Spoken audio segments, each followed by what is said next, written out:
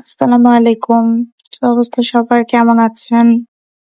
চলে আসলাম একটা Sunday vlog নিয়ে। আজকে যাচ্ছি একটু ধানমন্ডিতে।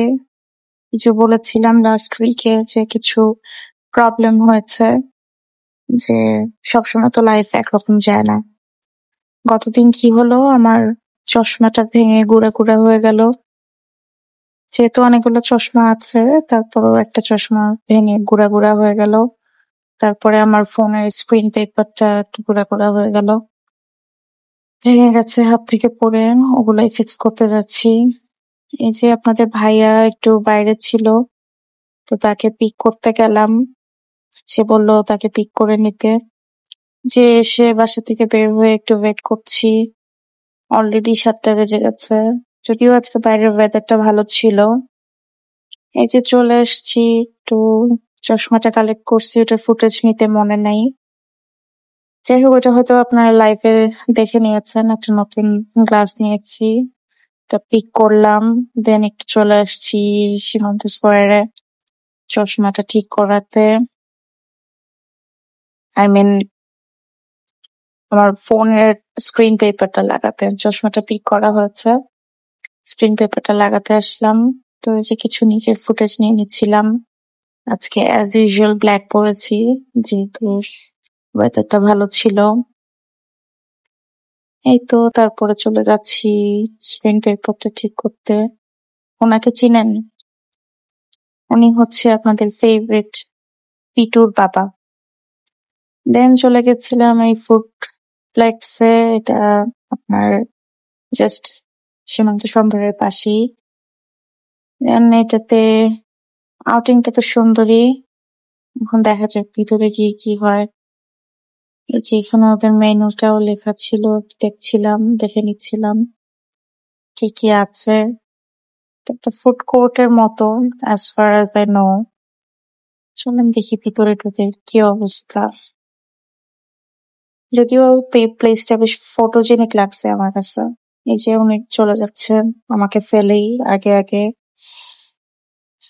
উনি মনে হয় আমার উপর একটু রেগে আছে নাকি। দেন ওদের লিফটের ডেকোরেশনটাও আমার কাছে ভালো লেগেছে। এটা অবশ্য বেসমেন্টে ছিল। তো এই যে লিফটের কিছু ফুটেজ নিয়ে নিচ্ছিলাম। লিফটে জাস্ট ওই রেস্টুরেন্টটাতেই যাবে, এই আর কি অবস্থা। দেন ঢুকে পড়তেছিলাম ওখানে। এই যে এটার হোল লুকটা সুন্দর। জায়গাটা আপনি ফ্রেন্ডস এন্ড ফ্যামিলি বা কাপল যারাই হোক, যে আপনারা একটু চিল করতে পারবেন। কিছু ফটোজেনিক প্লেস আছে, এই যে দেখিয়েছি আমি। দেখেন এখানে কিছু ফটোস ক্লিক করতে পারেন। যদিও এখানে ফটোস ক্লিক করার ইচ্ছে ছিল, বাট মিস অ্যাপ হয়ে গেছে। আসার সময় ওদের কারেন্ট চলে গেছিল। ওই যে একটু ঢং করছিলাম তার সাথে। দেন আমরা চুজ করলাম একটা শপ, ফুড শপ। দেখছিলাম কি খাওয়া যায়। উনি একটা র‍্যামেন নিয়ে নিয়েছে, আমি নিয়েছিলাম একটা রাইস প্ল্যাটার। এবার আসি ফুডের ব্যাপারে। যদিও ফুডটা আমাদের খুব একটা পছন্দ হয়নি। এখন অন্যান্য সবগুলোর কি অবস্থা আই ডোন্ট নো। যদিও আমি কিছু ব্লগে বা ভিডিওতে দেখলাম যে অন্যান্য কিছু শপের ফুড গুলা ভালো, বাট আমরা ফুডটা নিয়ে খুবই ডিসঅ্যাপয়েন্টেড ছিলাম। এই তো লাস্ট কিছুদিন ধরে একটু মিসহ্যাপ হচ্ছে আমাদের সাথে, স্পেশালি আমার সাথে। ওকে, বাট আলহামদুলিল্লাহ সবকিছুর জন্য ফুডটা অ্যাভারেজ লেগেছে আমাদের কাছে। হুম, ঠিক আছে। রামেনের চেহারাটা দেখেন।